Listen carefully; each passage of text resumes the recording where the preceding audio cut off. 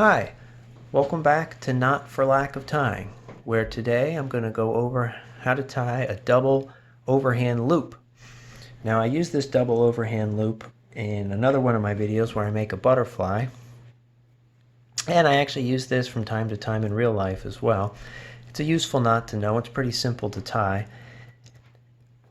What you're going to need is a rope, and you're going to loop around here like so.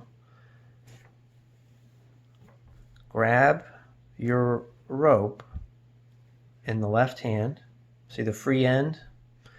I'm going to wrap around clockwise and then tuck my rope up through the hole I've made and pull out a little bit of rope, not too much. And so what I have here is another loop. That loop's going to come and swallow up the rope I have.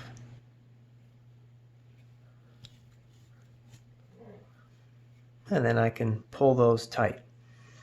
So now I've got two loops at the end of the rope.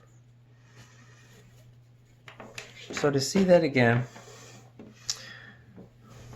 you're going to take a rope and take the free end and match it up with the other end of the rope there. So we have something that looks like that. Grab that in your left hand. Make one clockwise loop over your hand and tuck the two ends through. The loop that remains is going to swallow up everything that's already there and tuck itself at the end of the line here. 1, 2, 3, the end of the line. And then you can go ahead and make that tight. So you've got two loops at the end of your rope. So I'll link to that other project I've made using this knot. But I hope you enjoy that tutorial and tune in again for more videos.